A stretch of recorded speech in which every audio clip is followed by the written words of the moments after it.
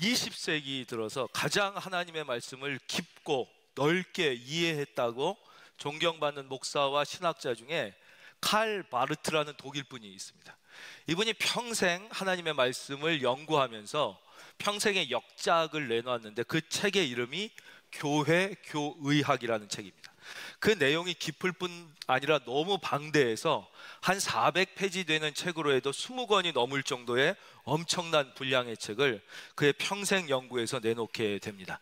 그러니까 마지막 책이 나왔을 때 그것은 전 세계적으로 큰 화제가 됐고, 세계에서 수많은 기자들이 모여서 그 목사님께 이제 인터뷰를 진행했습니다.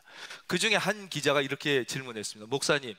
목사님이 쓰신 이 교회 교의학이라는 책이 내용이 깊고 넓은 것을 우리가 익히 들어서 알고 있지만 너무 내용이 방대할 뿐만 아니라 어려워서 우리 같은 보통 사람은 읽기도 어렵고 읽어도 이해하기가 어려운데 좀 이 책을 쉽게 우리에게 설명해 주실 수는 없겠습니까? 이렇게 물었습니다. 그때 이 칼바르트가 아주 유명한 대답을 합니다. 한번 쓱 웃더니 제가 제 교회 교의학 모든 책의 내용과 성경의 모든 하나님의 말씀을 이 시간 한 줄로 여러분께 설명해 드리겠습니다. 그리고 한 말이 이 말입니다. Jesus loves me. Bible said so. 예수 날 사랑하심. 성경에 써있네. 이것이 성경 전체의 주제이며 핵심입니다. 오늘 이 시간에도 나를 사랑한다고 고백하시는 그 예수님의 고백이 여러분의 심장에 들릴 수 있기를 주의 이름으로 축원합니다. 하나님이 하시는 모든 일에는 닫힌 문이 있고 또 열린 문이 있습니다. 열린 문이 있으면 동시에 닫힌 문이 있습니다. 16장 1절입니다. 바울이 더베와 루스드라에도 이름에 거기 디모데라 하는 제자가 있으니 그 어머니는 믿는 유대 여자요 아버지는 헬라인이라. 그러니까 각 개인의 인생도 그렇고요, 국가의 미래도 그렇고 전 세계 역사도 그렇습니다. 하나님이 여시는 쪽 문이 있는가 하면 동시에 닫으시는 쪽 문이 있습니다. 하나님이 닫으시는 쪽 문은 아무리 애를 쓰고 수고하고 두드려도 헛수고만 할 때가 많습니다. 그러나 하나님이 여시는 문을 깨닫고 그쪽으로 나아갈 때 인생뿐만 아니라 국가, 세계의 미래도 이렇게 열리는 것을 보게 됩니다. 그래서 지혜란 무엇이냐? 우리가 항상 내 고집, 내 주장, 막 내 것을 끝까지 붙잡는 것이 아니라 늘 말씀과 기도와 찬양을 통하여 나를 향한 하나님의 뜻을 깨닫고 하나님께서 열어주시는 문을 발견해서 할렐루야, 그 방향으로 순종하여 최선을 다하는 것이 지혜로운 것입니다. 그렇지 않으면 아무리 노력을 해도 헛수고일 때가 많고 그것은 노력과 끈기보다는 아집과 어리석음으로 인생이 끝나질 때가 많은 것이죠. 사도 바울의 2차 선교 여행도 마찬가지였습니다. 하나님께서는 사도 바울의 계획과 생각을 막으시고 전혀 다른 쪽으로 새로운 문을 여시게 됩니다. 여기에 바로 하나님의 놀라운 섭리가, 이제 성령의 인도하심이 있는 것이죠. 첫째, 하나님이 어떻게 막으셨습니까? 첫째는 바로 사도 바울과 바나바를 헤어지게 하신 것이었습니다. 이것은 사도 바울의 생각도 아니었고 사도 바울의 뜻도 아니었습니다. 사실 사도 바울은 바나바와 함께 2차 전도 여행을 가고 싶었습니다. 이것이 바울의 마음이었어요. 그래서 우리가 말씀을 보면 15장 36절, 바나바가 먼저 얘기한 게 아니라 바울이 먼저 얘기합니다. 바울이 바나바더러 말하되 우리가 주의 말씀을 전한 각성으로 다시 가서 형제들이 어떠한가 방문하자 하고. 그러니까 사도 바울의 계획과 생각과 마음은 내가 이렇게 좋아하고 존경하는 바나바와 함께 2차 선교 여행을 또 가야겠다, 이게 사도 바울의 마음과 생각이었습니다. 그러나 우리가 살펴본 바와 같이 어떤 일이 일어납니까? 전혀 생각지도 못하게 마가라는 한 청년의 문제로 말미암아 37절, 바나바는 마가라 하는 요한도 데리고 가자 하나 바울은 밤빌리아에서 자기들을 떠나 함께 일하러 가지 아니한 자를 데리고 가는 것이 옳지 않다. 사실 전혀 생각지도 못했고 그렇게 중요하지도 않다고 생각했던 느닷없는 마가라는 청년의 문제 때문에 어떤 결과가 나옵니까? 39절, 서로 심히 다투어 피차 갈라서는 전혀 예상하지 못했던 결과가 도출되는 것입니다. 아무리 성경을 다시 읽어봐도 이것은 상식적으로 납득할 수 있는 결과가 아닙니다. 사실 마가라는 사람의 문제가 뭐 그렇게 대단하겠습니까? 그리고 평소에도 그 깊은 인격과 인품을 가지고 있던 바나바에게 그 정도가 견딜 수 없는 문제였겠습니까? 그러나 결과적으로 둘은 이해할 수 없지만 심히 다투어 피차 갈라서게 되는 것이죠. 아무리 생각해도 이해가 되지 않지만 하나님은 바울의 생각과 의도의 정반대로 이 사역을 이끌어가고 계십니다. 두 번째, 하나님께서 막으신 길은 무엇입니까? 그것은 바로 사도 바울의 2차 선교 여행의 모든 일정과 계획을 통째로 바꾸신 겁니다. 그러니까 사도 바울은 사실 우리는 이제 나중이니까 알잖아. 이게 2차 선교 여행이냐 알지만 사도 바울은 2차 선교 여행을 할 생각이 전혀 없었어요. 사도 바울은 바나바와 함께 1차 선교 여행 때 방문했던 그 교회들을 다시 재방문하려고 한 거예요. 보겠습니다. 말씀 다시 36절이죠. 며칠 후에 바울이 바나바더라 말하되 우리가 주의 말씀을 전한 각성으로 다시 가자는 거예요. 다시. 그래서 그 형제들이 믿음 생활을 잘하고 있나 우리가 다시 보고 굳세게 하자, 이런 계획이었는데 이제 전혀 생각지도 않게 바나바랑 싸워서 갈라지게 되니까 어쩔 수 없이 사도 바울은 모든 일정을 바꾸게 됩니다. 이제 나중에 다음 시간에 되면 보게 되는데 아예 하나님이 얼마나 바꾸시냐면 사도 바울은 아시아, 터키 쪽으로 가서 복음을 전하려고 했는데 아예 그쪽 문을 막으시죠. 그리고는 마케도냐, 유럽을 향해서 완전히 새로운 문을 여시게 되면서 복음이 아시아가 아니라 유럽 쪽으로 방향을 완전히 틀게 됩니다. 그래서 아시아가 아니라 유럽이 먼저 복음을 받아들이게 되고 인류 문명의 후발주자로 뒤처져 있던 유럽이 다시 세계 문명을 선도하는 자리로 나아가게 되는, 이건 절대 사도 바울의 생각이 아니었습니다. 사도 바울의 계획은 구브로선부터 시작해서 다시 차례차례로 지나왔던 성들을 방문하면서 그들의 믿음을 굳세게 하는 거였는데 이게 웬일? 이제 바나바랑 뜻하지 않은 일로 대판 싸워서 헤어지게 됐는데 바나바가 또 자기 조카인 마가를 데리고 구브로로 가는 거예요. 그게 이제 세계 지도에 보면 키프러스라고 돼 있어요. 그러니까 이거 참 구브로로 원래 가려고 그랬는데 가자니 꼭 뒤쫓아가는 것 같고 이게 되게 어색해진 거예요. 그래서 원래는 서울부터 시작해서 대전으로 갔다가 광주로 갔다 대구로 갔다 부산으로 갔다가 제주도까지 선교하고 돌아오려고 그랬는데 아니 먼저 바나바가 데리고 가버리니까 어떡하지? 바울이 생각하다가 뭐로 가도 서울만 가면 된다고 그랬으니 그럼 뒤집어 가보자. 그래서 거꾸로 제주도부터 올라오는 것처럼 전혀 다른 더베와 루스, 사실 루스드라는 바로 가고 싶지가 않은 곳이에요. 아무리 사도 바울이 위대한 사도지만 거기서 돌에 맞아서 거의 죽었다가 살아났던 아픈 기억이 있던 곳이기 때문에 여기는 조금 있다가 가고 싶었는데 어쩔 수 없이 글로 가게 되니까 반대로 해가지고 더베와 루스드라부터 가게 되는, 완전히 일정이 뒤바뀌게 되는 것이었습니다. 그런데 바로 거기서 그 뒤바뀐 일정 가운데 하나님은 놀라운 하나님의 계획을 숨겨 놓으셨던 거죠. 16장 1절 바울이 더베와 루스드라에도 이름에 거기 디모데라 하는 제자가 있는, 바로 거기에서 사도 바울의 생애 그리고 기독교 역사의 가장 위대한 만남 중에 하나인 바울과 그의 믿음의 아들 디모데와의 만남이 이루어지는 것입니다. 디모데는 혼혈인입니다. 그 아버지는 헬라인이었습니다. 어머니는 유대인이었어요. 우리말로 하면 아버지는 백인 미국 사람이고 어머니는 한국인 한국 사람 사이에서 태어났습니다. 그런데 이 디모데가 어떻게 예수를 믿게 되냐면 사도 바울이 루스드라에서 복음을 전하다가 돌에 맞아 죽게 되는 그 순간 그 자리에 디모데가 있었던 것이죠. 그래서 어느 학자는 이렇게 얘기합니다. 스데반이 예루살렘에서 돌에 맞아 죽는 그 순간 그 자리에 청년 사울이 있었다. 이 사람이 후에 바로 우리가 아는 사도 바울이 되는 거예요. 사도 바울이 루스드라에서 돌에 맞아 죽는 그 순간, 물론 죽진 않고 나중에 깨어났지만 그 자리에 청년 디모데가 있었다. 그 죽음의 자리에서 생명이 피어나는 거예요. 죽음의 자리에서. 이 디모데가 거기서 엄청난 충격을 받고 은혜를 받은 것이에요. 그리고 이제 예수님을 인격적으로 만나게 된 것이죠. 이 디모데를 만나게 됩니다.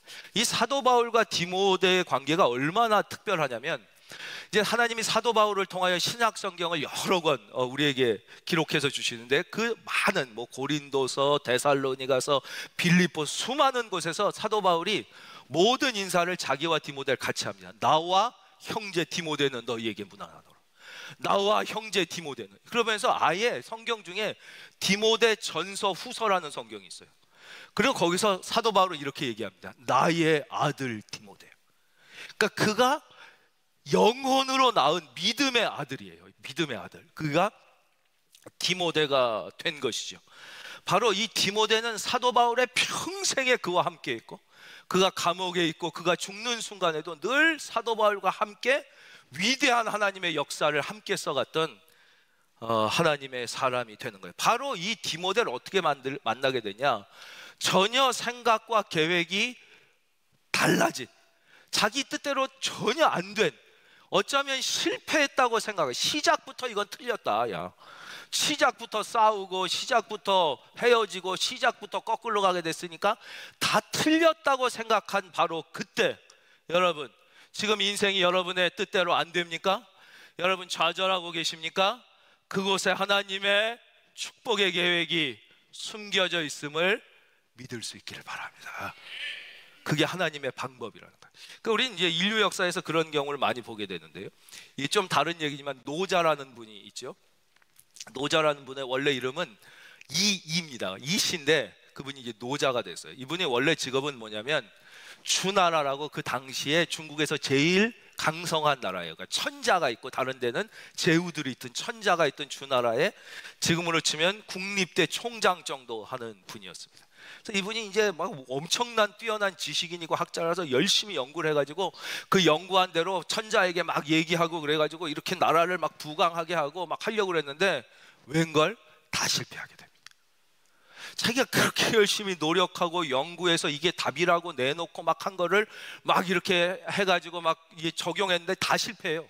그래가지고 결국 이 주나라라는 나라가 거의 망하기 직전까지 가게 되는 거예요. 국력이 약해져가지고.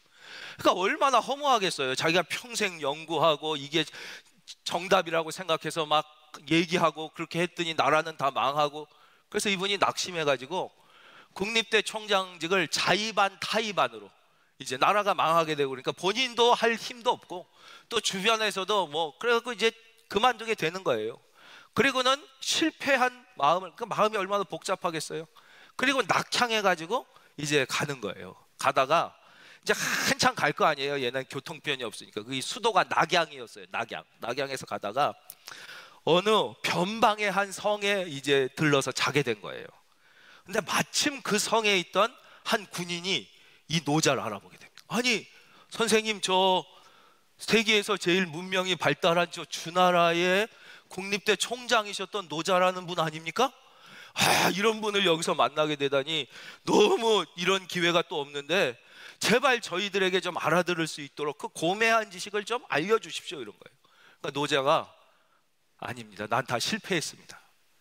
내가 평생 정답이라고 생각하고 했는데 다 주나라는 망하게 되고 실패해서 할 얘기가 없습니다. 그래요. 그랬더니 이분이 막 그래도 평생 이렇게 훌륭한 학자신데 저희에게 전해주실 말이 없겠습니까? 좀 말씀해 주십시오. 그래서 그 부탁을 받고 노자라는 사람이 그 자리에서 2권의 책을 보통 사람도 이해할 수 있는 쉬운 언어로 쓰게 돼요. 그 중에 하나가 뭐냐, 진리란 무엇인가에 대해서 쓴 책이 있어요. 그게 도가 한자로 진리잖아요. 길도.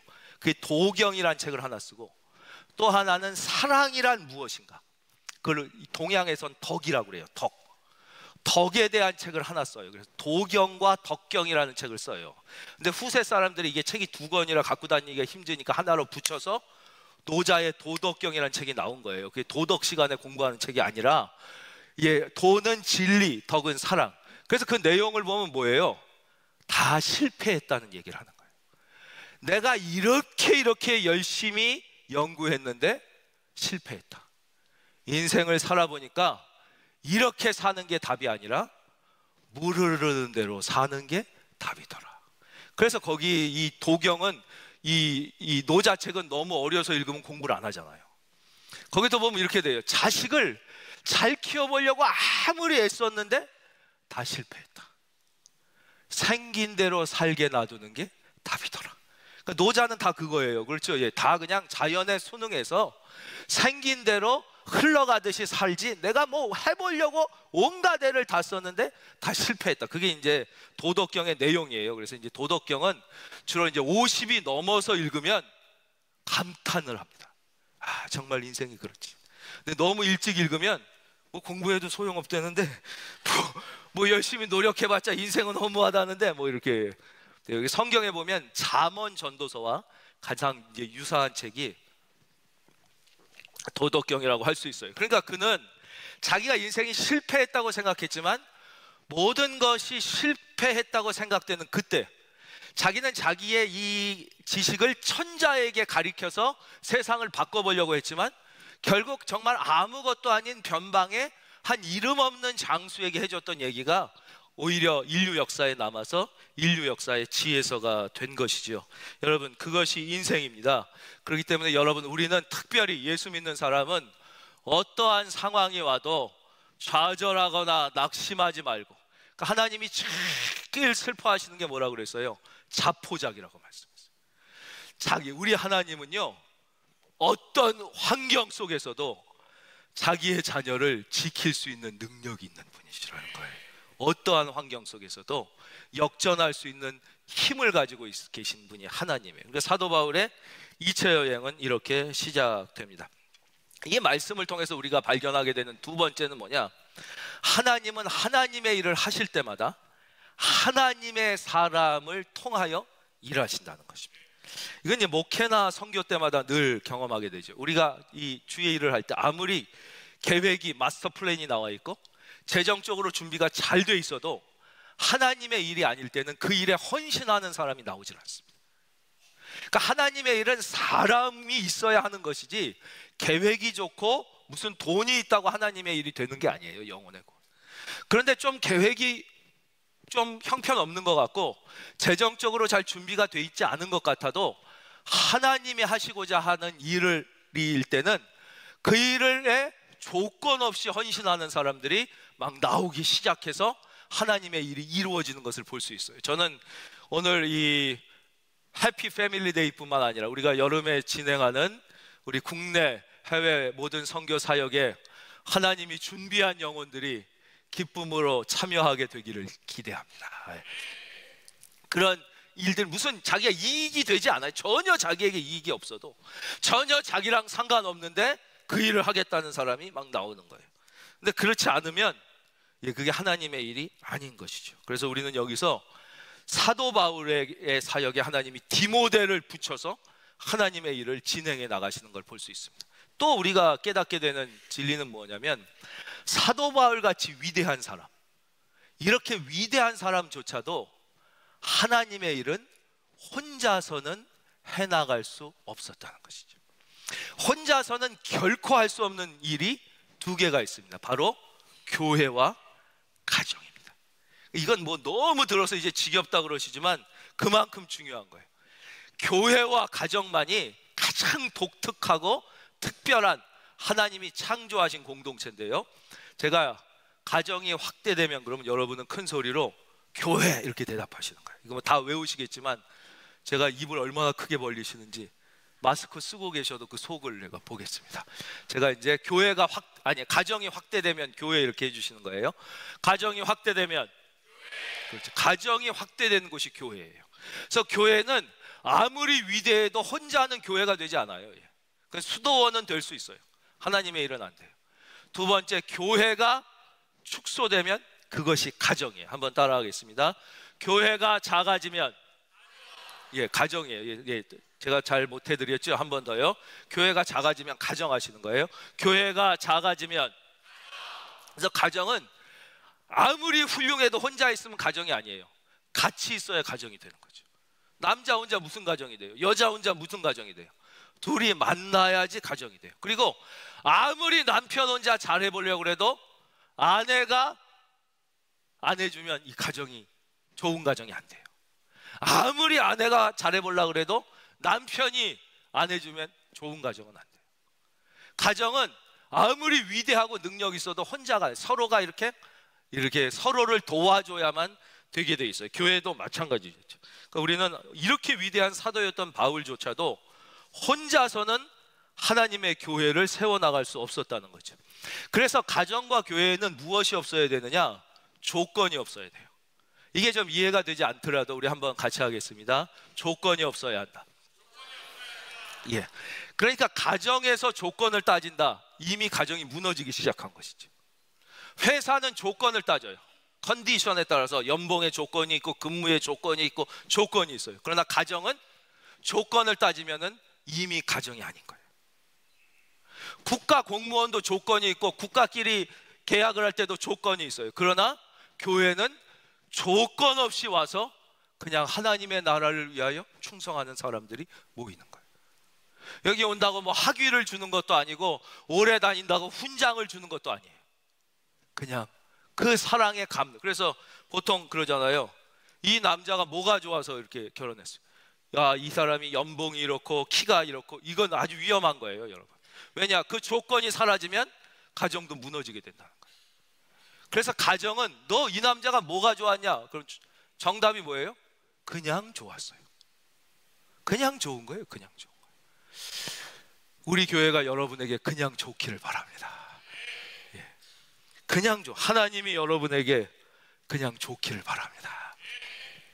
가정은 그러는 거예요. 엄마가 왜 좋아요? 그냥 좋아. 그게 답이에요. 그렇죠? 엄마가 밥을 해주고 엄마가 빨래를 해주고 엄마가 요리를 해줘서 좋은 게 아니에요. 그냥 좋은 거예요. 그래서 하나님의 나라가 확장될 때는 바로 이렇게 그냥 조건 없이 헌신하는 사람들이 나오는 것이죠. 그래서 여러분, 사람을 만날 때 조건을 다는 사람을 조심하십시오. 특별히 인간관계의 만남, 가정을 이룰 때 조건을 다는 사람은 그것은 진정한 가정을 이룰 수 없기 때문입니다. 그래서 디모데가 조건 없이 이렇게 헌신해서 함께 사역하게 되는 것입니다. 그런데 여기에서 또 사도 바울은 전혀 뜻하지 못했던 문제를 하나 만나게 됩니다. 3절 제가 읽어드리겠습니다. 바울이 그를 데리고 떠나고자 할새 그 지역에 있는 유대인으로 말미암아 그를 데려다가 할례를 행하니 이는 그 사람들이 그의 아버지는 헬라인인 줄 다 알미러라. 우리는 여기서 도저히 이해할 수 없는 사도 바울의 이중적 행태를 보게 됩니다. 사도 바울이 지금까지 14장 15절에서 무엇 때문에 그렇게 분투했습니까? 무엇 때문에 그렇게 설교하고 하나님의 은혜를 강조하고 예루살렘까지 가서 토론하고 적극적으로 얘기했습니까? 할례를 행할 필요가 없다는 것 때문 아니었습니까? 할례나 무할례는 중요하지 않다. 하나님은 우리의 마음을 아신다. 우리의 마음으로 예수 그리스도를 믿는 믿음으로 하나님의 자녀가 되고 구원을 받는 거지, 왜 이제 새로 예수 믿는 그 이방인들한테 할례를 강요해서 너희도 못 지고 너희 부모도 감당 못하는 무거운 짐을 강요하려고 하냐? 오직 예수님만 믿는 그 사랑과 믿음으로 구원. 이것 때문에 그렇게 막 예루살렘에 가고 공격받고, 베드로가 거기 갈라디아서 2장에서 그 할례 안 받은 사람이랑 밥 먹다가 야고보 의장이 보낸 사람이 오니까 혹시라도 욕 먹을까봐, 비판받을까봐 피하니까 그걸 대면해서 사람들 많은 데서 대놓고 막 격정적으로 화를 냈던 사람이 이제 와서 난데없이 디모데를 할례를 시키는 장면을 보게 되는 것이죠. 왜 그랬을까요? 그 비밀은 바로 이 말씀 속에 남아 있습니다. 왜냐하면 이 디모데는 혼혈이었습니다. 아버지는 헬라인이고 그 어머니는 믿는 유대인인데 아버지는 헬라인이에요. 이런 두 문화권 속에서 자란 혼혈이는 아주 좋은 장점이 있습니다. 첫째, 두 가지 언어를 능숙하게 구사하고 두 가지 문화에 다 친근합니다. 아버지는 미국 사람이고 어머니는 한국 사람이면 영어와 한국어를 다 잘하고 미국 문화와 한국 문화에 다 친해질 수 있는 장점이 있습니다. 동시에 그것이 약점이 됩니다. 왜냐하면 한국인들도 보면 한국인이에요. 근데 미국 문화를 아주 잘 알고 있어. 그러면 한국 사람이 볼 때 얘가 생긴 것만 한국이지 얘가 무슨 한국인이야. 뭐 어른들 보고 손가락 가리켜 유 막 이러고 뭐 이런, 이게 속은 미국인이 이렇게 생각합니다. 또 미국에 가보면 이 사람은 분명히 난 미국에서 태어나고 미국말을 하는데도 야, 얘가 한국하고 미국이 전쟁하면 한국 편들지 미국 편들겠냐? 그러면서 또 얘를 한국인이라고 할 수가 있는 것이죠. 바로 이게 디모데였습니다. 그래서 디모데는 헬라인 아버지를 두고 있었기 때문에 믿음이 약한 유대인들이 볼 때 야, 쟤가 무슨 유대인이야? 쟤는 헬라인이잖아. 우리랑 상관없는 애인데 쟤는 뭐 보면 할례도 안 받은 애고 우리랑 문화 코드가 전혀 다른데 쟤랑 말이 되겠냐? 아니, 쟤랑 얘기하기도 싫어. 이럴 수 있다는 것입니다. 그래서 사도 바울이 나중에도 말씀하지만 유대인에게는 유대인처럼, 헬라인에게는 헬라인처럼, 지성인에게는 지성인처럼, 야망인에게는 야망, 즉 사도 바울에게는 오직 중요한 건 딱 하나예요. 어떻게 해서든지 복음을 잘 전해서 예수를 믿게만 할 수 있다면. 그래서 나중에 보면 사도 바울이 머리를 빡빡 깎아요. 왜냐하면 그 지역에는 주로 그 선생님들이 머리를 빡빡 깎는 문화, 그러니까 머리를 빡빡 깎아요. 또 어디 가서는 머리를 여자처럼 길러요. 왜냐, 그 지역은 도사처럼 또 이렇게 스승들은 머리를 기른다 그러니까 머리를 기르기도 하는 것이죠. 그래서 그는 디모데가 할례 받지 않은 것 때문에 유대인들이 거부할까봐 너 유대인들이 너보고 할례 받았냐고 물어보면 받았다고 해라. 그러나 헬라인에게는 할례 받으라는 말 할 필요 없다. 할례는 받아도 되고 안 받아도 상관없다. 중요한 것은 오직 예수를 믿는 게 중요하다. 그래서 사도 바울은 뭐라 그래요? 우리 한번 다 이것을 같은 마음으로 읽어보겠습니다. 시작.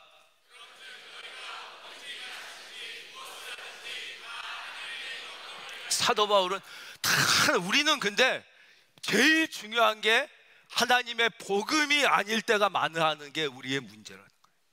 우리는 하나님의 복음보다 내 체면이 더 중요할 때가 많아요. 하나님의 복음, 예수님보다 내 문화가 더 중요할 때가 많은 거예요. 큰 사람이 더 예수 믿고 구원받는 것보다 내 편안함이 더 중요할 때가 많은 것이 우리의 문제라는 것이. 그래서 사도 바울은 또 우리가 잘 아는 말씀 로마서 14장 7절 제가 읽겠습니다. 우리 중에 누구든지 자기를 위하여 사는 자가 없고 자기를 위하여 죽는 자도 없도다. 8절 우리 한번 이것도 침 한번 삼키시고 다 같이 시작. 우리가 살아도 주를 위하여 살고 죽어도 주를 위하여 죽나니 그러므로 사나 죽으나 우리가 주의 것이로다. 아멘.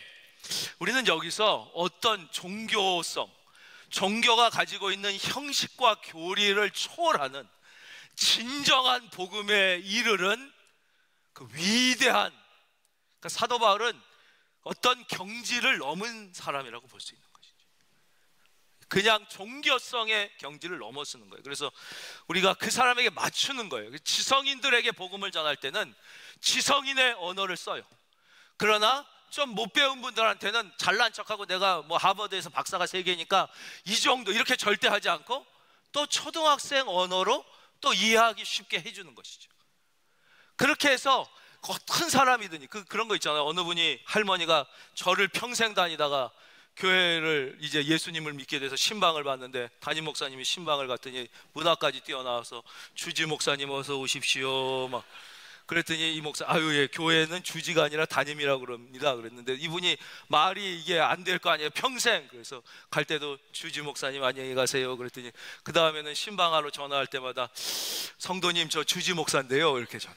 그분이 알아듣기 쉽게 그냥 복음만 중요하다면 담임 목사라고 부르든 주지라고 부르든 그건 중요하지 않다는 거예요. 중요한 건 예수님을 믿고 구원받아서 복음 안에서 훈련받아 하나님의 사람이 되느냐 안 되느냐가 중요한 거지 다른 것은 중요하지 않다는 것입니다. 그래서 나중에 무슨 일이 있냐면요, 사도 바울이 복음을 전하다가 억울하게 붙잡혀서 매를 맞고 감옥에 가게 됩니다. 그래서 교회가 막 사도 바울을 위하여 막 애통하며 기도하는데 그 중에 몇 명이 좋아하는 사람들이 있었어요. 잘 됐다, 이제 사도 바울이 감옥에 잡혔으니까 이제 내 영향력이 훨씬 커지겠구나. 이제 사람들이 나를 최고 지도자로 생각하고 내 말을 잘 들을 테니까 잘 됐다. 그래서 오히려 사도 바울이 감옥에 들어간 것을 기쁘고 좋게 생각하는 사람들이 있었어요. 그래가지고 또 그 디모데랑 제자들이 가서 막 사도 바울한테 얘기합니다. 스승이 이게 있을 수 있습니까? 스승님이 그렇게 복음을 전하다 감옥에 갔는데 글쎄 교회 안에서 그것을 야 잘됐다 이렇게 생각하고선 이 기회에 우리가 인기를 얻고 우리의 영향력을 확장하자 이런 사람들이 있습니다. 그랬을 때 사도 바울의 대답이 뭐예요? 괜찮다. 그들이 나를 미워해서건 나를 좋아해서건 예수님만 증거될 수 있다면, 그들이 예수님만 전해진다면 나는 오직 감사할 뿐이다 그랬어요. 그게 이 사도 바울의 마음이었다는 것이죠. 그랬더니 결과가 어떻게 됩니까? 4절입니다. 하나님께서 새로운 길을 열으셨고 새로운 만남을 허락하셨고 여러 성으로 다녀갈 때 예루살렘에 있는 사도와 장로들이 작정한 규례를 그들에게 주어 지키게 하니 결과는 5절입니다. 다 함께 시작. 이에 여러 교회가 믿음이 더 굳건해지고 수가 날마다 늘어가니라. 아멘. 여러분 개인과 가정의 믿음이 더 굳건해지고 여러분 가정에 좋은 일과 축복이 더 많아지시기를 주의 이름으로 축원합니다. 제가 자전거 산 얘기 해드리고 말씀 맺겠습니다.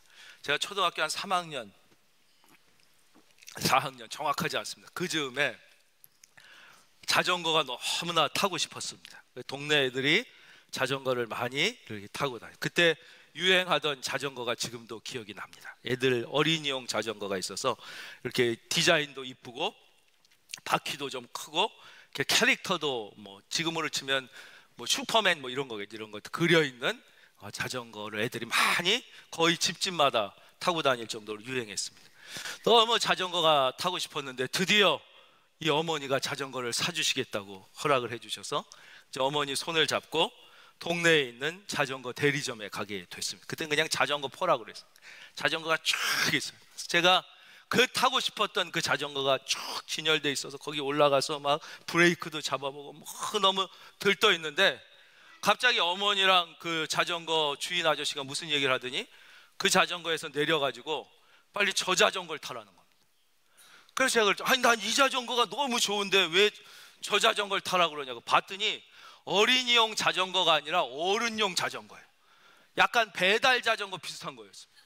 이해가 안 가. 왜 이걸 타라고 그러냐고 그랬더니 저희 어렸을 때는 초등학교 3, 4학년, 5학년 때는 1년에 키가 막 몇 cm씩 자라잖아요.